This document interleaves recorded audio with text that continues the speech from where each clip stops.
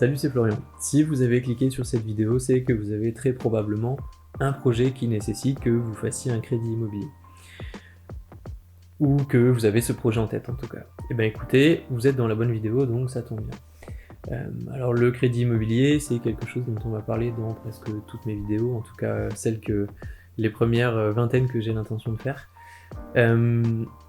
Basiquement, pour faire un crédit immobilier, il vous suffirait théoriquement d'aller voir un banquier, d'aller voir un conseiller bancaire en agence physique et de lui exposer votre projet, quel que soit son degré d'aboutissement. Et c'est un professionnel, il en fait 2, 3, 4 par semaine.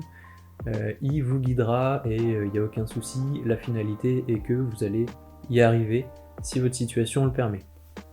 Quoique des fois, c'est à vous d'ajuster votre situation, sans quoi on ne pourrait pas vous le faire, mais c'est un détail. C'est une démarche que je ne vous conseille pas.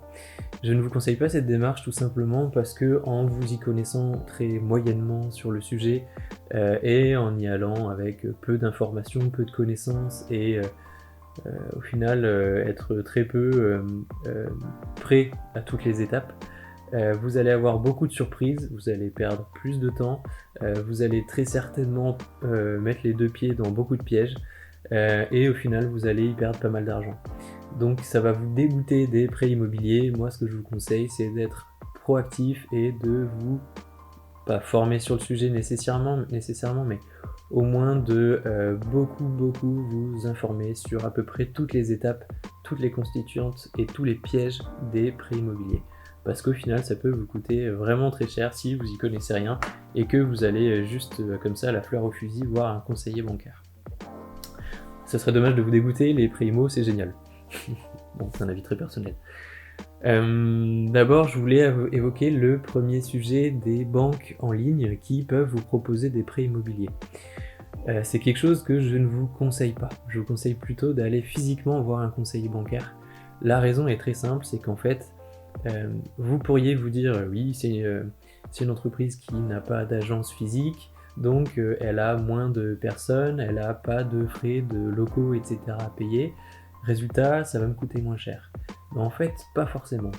Pas forcément parce que du fait que ce soit une banque en ligne, déjà toutes les banques en ligne ne proposent pas de faire des prêts immobiliers, mais mettons la vôtre oui, il y a une distance qui se crée et très probablement que vous ne verrez jamais physiquement la personne qui monte votre prêt immo ou qui au moins vous accompagne. Ces entreprises du coup le savent et elles prennent moins le temps de vous accompagner parce que vous ne pouvez pas vous rendre tous les 2 jours en agence pour poser vos questions.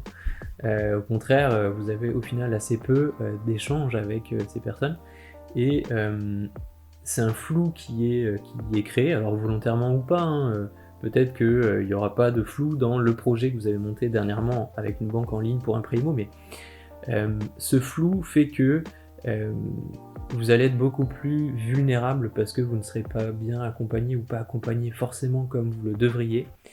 Vous serez beaucoup plus vulnérable à tomber dans tous les pièges des prêts immobiliers. Et il y en a beaucoup. Donc c'est pas forcément une démarche que je vous conseille.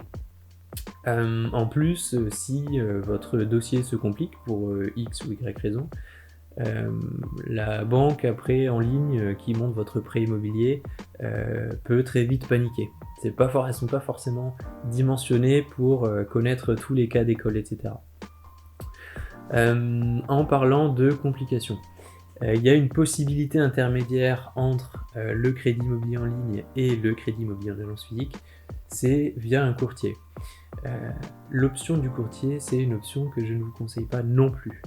Tout simplement, vous allez me dire, mais au final il est relou. Tout simplement parce que le courtier, il va vous prendre 2000 à 3500 euros pour ajouter de valeur ajoutée dans la défense de votre dossier.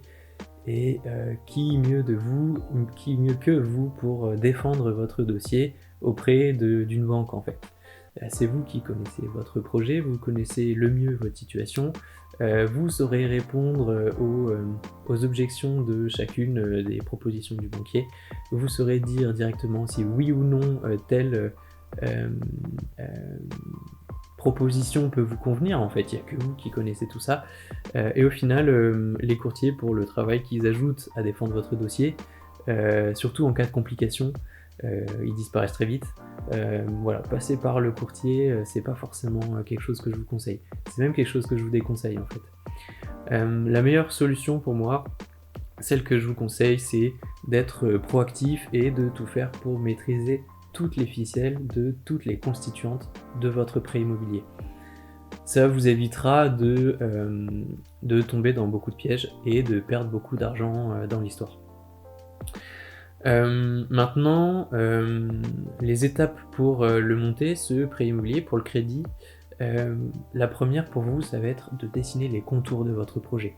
Dessiner les contours de votre projet, c'est où est-ce que vous en êtes dans votre démarche, quelle est votre situation à vous, personnelle, voilà, votre contrat, votre nature de contrat, votre revenu, votre ancienneté, tout ça. Votre projet, c'est quoi? C'est acheter du neuf, de l'ancien, voilà. Tout ça, ce sont les contours de votre projet. La première étape, c'est de dessiner tous ces contours et d'être à peu près sûr de ce que vous cherchez.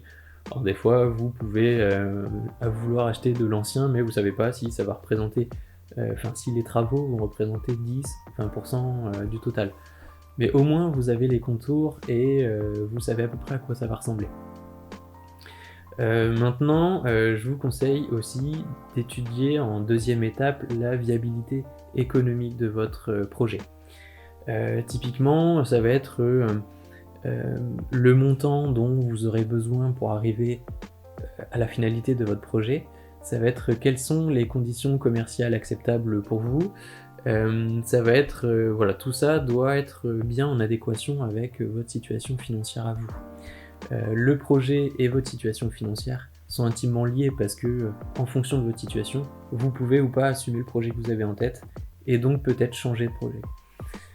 Cette deuxième étape commence par le calcul de votre taux d'effort qui ne doit pas dépasser 35%. Alors c'est un calcul qui est souvent un peu plus complexe qu'on ne le croit, mais vous pouvez faire un premier jet de ce calcul en vous disant, en regardant vos derniers relevés et en faisant le tour de vos revenus et charges, vous pourrez faire la somme des charges divisée par votre revenu. Alors des charges fixes, hein, c'est pas toutes les charges, c'est votre loyer, vos mensualités de crédit, etc. divisé par votre revenu, et encore que c'est pas simplement le revenu, c'est beaucoup plus complexe que ça. Si vous voulez vraiment le détail, j'en parle dans ma formation dont je vous offre 1 heure sur le lien en description. Si les étapes précédentes sont bonnes pour vous, je vous conseille du coup en troisième étape de vous rapprocher d'un conseiller bancaire dans une agence physique. Soit quelqu'un que vous avez déjà rencontré en qui vous avez confiance, soit il faut essayer, et soit votre conseiller par défaut si vous avez la chance d'avoir une banque en point de vente physique, soit quelqu'un qu'il faudra rencontrer pour la première fois dans une agence physique. Maintenant, je vous conseille donc d'amener tous ces documents qui sont en vos possessions et qui touchent votre projet, votre situation financière, votre situation même personnelle et tout ce qui peut détailler au possible votre projet. Je vous conseille de les amener dans un document, dans une chemise, le jour de votre premier rendez-vous, et vous lui laissez cette chemise à votre banquier.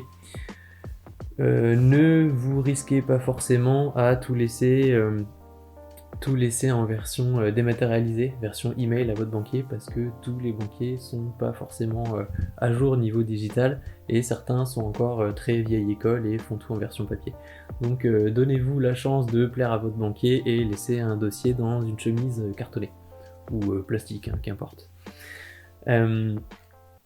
Maintenant, en quatrième étape, simplement vous attendez un retour de sa part, c'est-à-dire soit un calcul d'enveloppe en fait, si vous aviez besoin pour votre projet d'avoir une estimation de combien on peut vous prêter, soit votre simulation de financement si jamais la banque peut vous suivre dans l'état actuel des choses.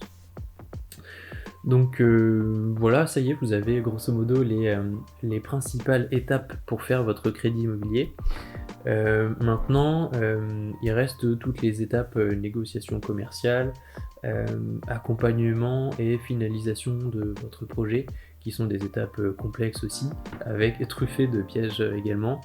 Je ferai des vidéos dédiées à ces points-là, mais en tout cas en ce qui concerne faire un crédit immobilier, vous avez tous les outils. Si tu as envie d'aller plus loin et d'obtenir le meilleur prêt immobilier pour ton projet, alors je t'offre 1 heure de contenu à ma formation, votre meilleur prêt immobilier en 3 heures.